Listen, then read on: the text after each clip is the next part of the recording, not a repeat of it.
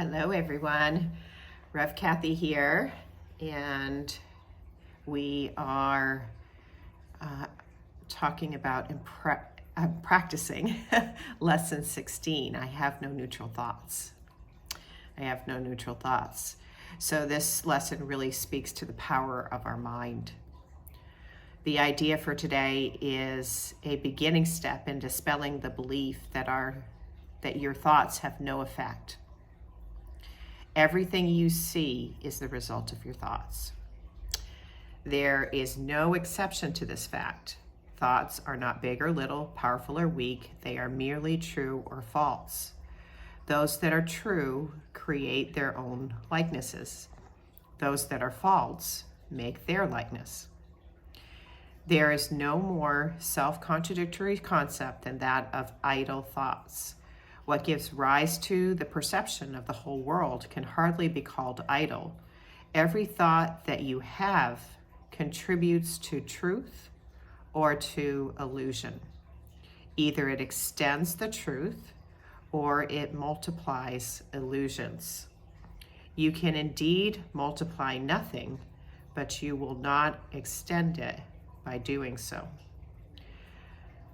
Besides your recognizing that thoughts are never idle, salvation requires that you also recognize that every thought you have brings either peace or war, either love or fear. A neutral result is impossible because a neutral thought is impossible. There is such a temptation to dismiss fear thoughts as unimportant, trivial, and not worth bothering about. That is, it is essential you recognize them all as equally destructive, but equally unreal. We will practice this idea in many forms before you really understand it. So we get to practice this more in this slow and gentle process that is laid out for us, so beautifully laid out for us. So then it instructs us to search our mind for a minute or so with our eyes closed and actively seek and not overlook any of the thoughts, any little thought that may tend to elude your search, to just really be mindful of what those thoughts are, no matter if they're good or bad, or so it's not for us to distinguish. The purpose of this lesson is to help us to recognize the power of our mind. It's to help us be aware that our thoughts create either an experience of war with one another or an experience of peace and unity. And at this point, we don't need to distinguish between the two. That will be revealed, and it's probably obvious in some ways. But at this point, it is just teaching us the power of our mind, that we have no neutral thoughts. So we either have loving thoughts or fearful thoughts, and there's power in each of those. There's power to create or to reinforce the idea of separation in those thoughts that are that are untrue or false. And there's power to extend love or to reinforce the idea of oneness with the thoughts that are true.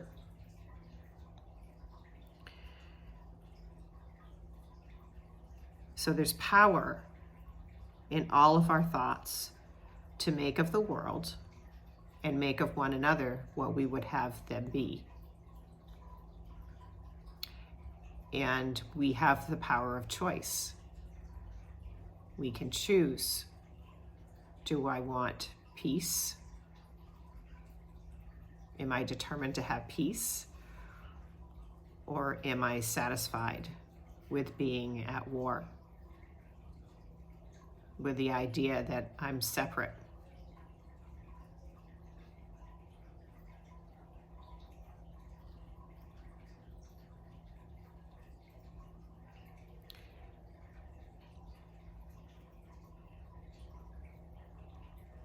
So that's it for today.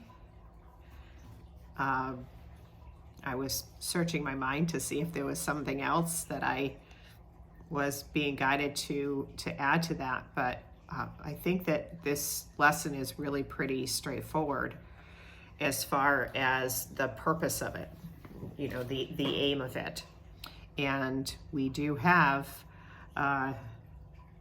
over 300 more lessons because there's 365 of them.